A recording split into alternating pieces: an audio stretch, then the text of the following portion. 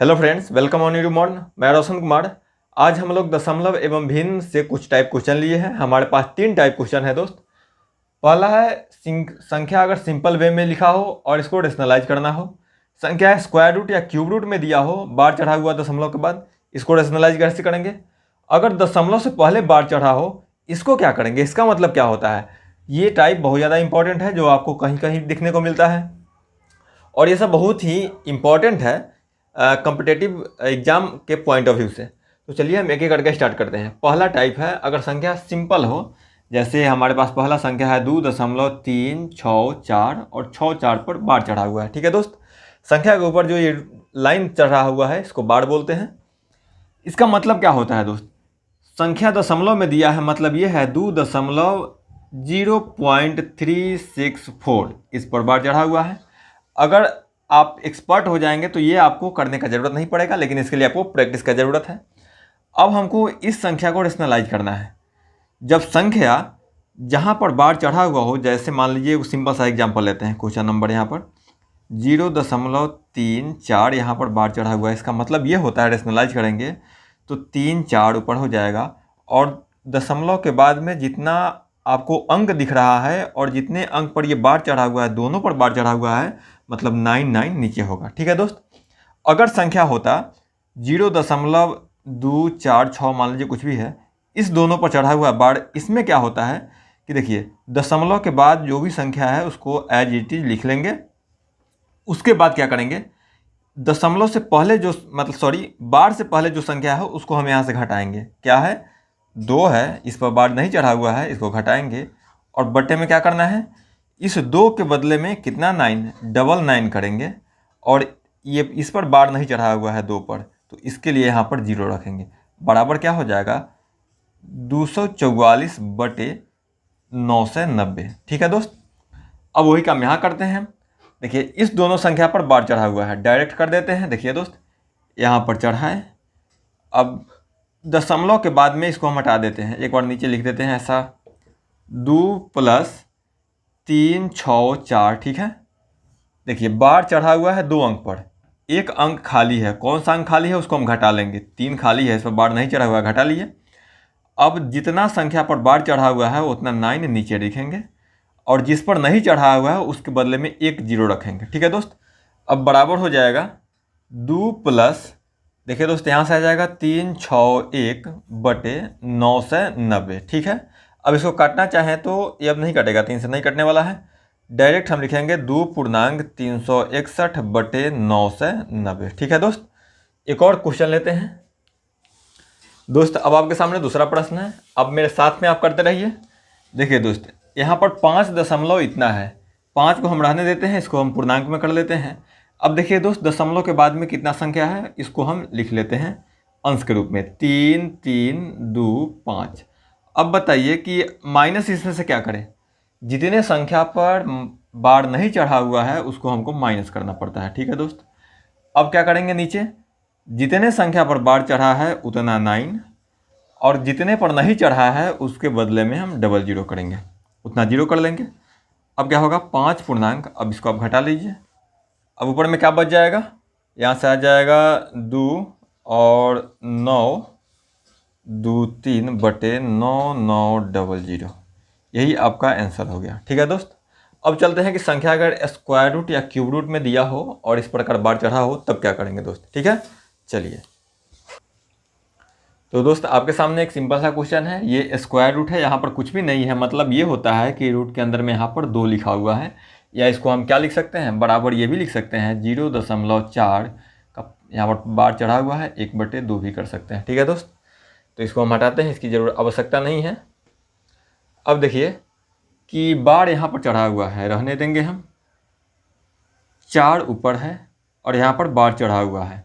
जब रेशनलाइज करते हैं तो क्या करते हैं, इस बार के बदले में हम, अगर बार चढ़ा नहीं होता, 0.4 होता है हमारे सामने, तब क्या करते हैं, 4/ इस पॉइंट के बदले में 1 और इसके अलावा जितना संख्या हो उतना 0 रख देंगे, तो 4/10 होगा। लेकिन इस पर बार चढ़ा हुआ है, बार चढ़ा होता है तो 10 नहीं लिया जाता, बल्कि जितने संख्या बार होता है उतना बार हम 9 लेते हैं। ठीक है दोस्त, तो हमारे पास आ गया कितना, √4/9।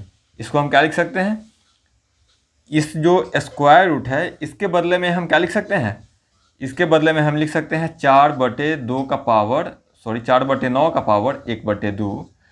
अब हम यहाँ ये कर सकते हैं, यहाँ 2 का स्क्वायर है 4 और ये 3 का स्क्वायर है 4, मतलब इस दोनों पर स्क्वायर स्क्वायर है। ठीक है दोस्त, बाहर निकाल लीजिए और यहाँ बाहर में 1/2 का गुना है, काट लीजिएगा, आपका आंसर क्या हो जाएगा 2/3। ठीक है दोस्त, चलिए एक और क्वेश्चन लेते हैं। दोस्त आपके सामने ये क्यूब रूट का संख्या है।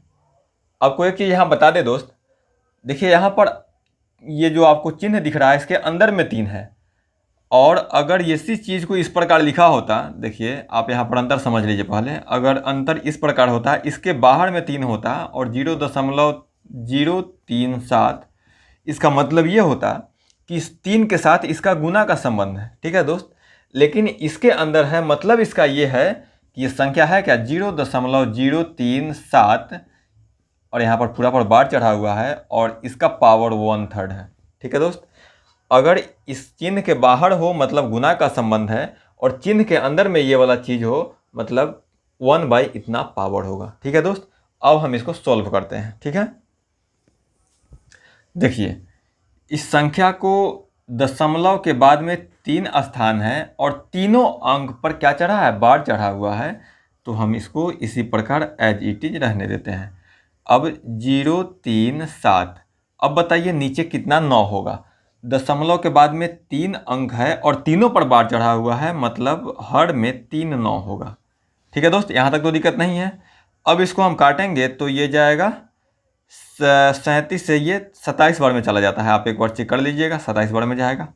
अब देखिए दोस्त हमारे पास 1/27 और इसका पावर क्या है 3 है, और चिन्ह के अंदर में है, इसका मतलब होता है, देखिए 27 को हम कर सकते हैं 3 का क्यूब यहाँ पर है, और अंडर रूट क्यूब का मतलब होता है 1/3।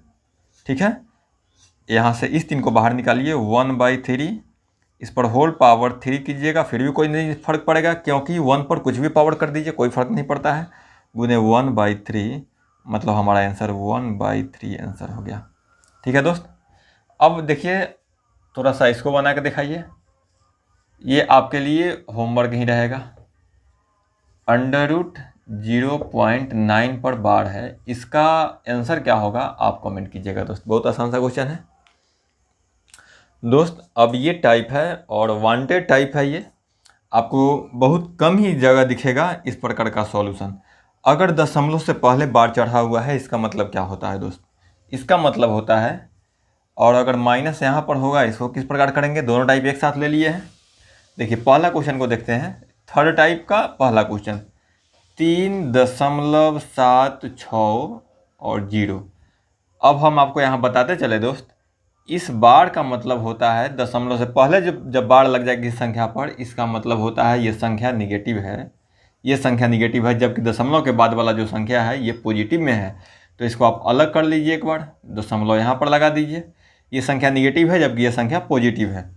अब देखिए यहाँ पर क्या हो जाएगा, 4 पर बार चढ़ा हुआ है मतलब -4 है, प्लस दशमलव के बाद में क्या संख्या दिख रहा है, दशमलव के बाद में है 984, और इधर में है -5 प्लस 0.678।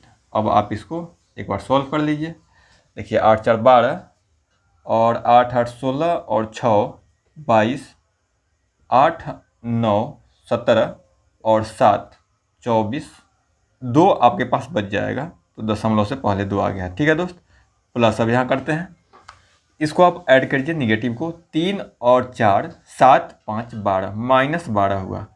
अब इसको आप किस प्रकार लिखेंगे, -12 है और यहाँ पर +2 है, तो इस प्लस को आगे ले आइए और इसमें जोड़ दीजिए, तो -10 बच जाएगा, और दशमलव के बाद कितना संख्या बचेगा, +0.422।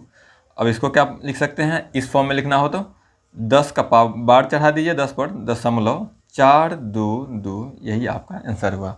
ठीक है दोस्त, अब हम चलते हैं, अगर बीच में निगेटिव साइन लगा हो तब क्या करेंगे।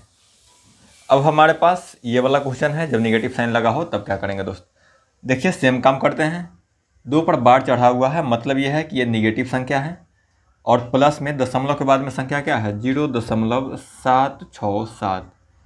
अब यहाँ पर क्या लगा है माइनस का, इस बार के वजह से ये -4 है, -4 हो गया। अब -4 तो केवल इतना संख्या -4 है और इससे पहले भी माइनस लग गया, मतलब माइनस माइनस मिलकर ये प्लस बना दिया।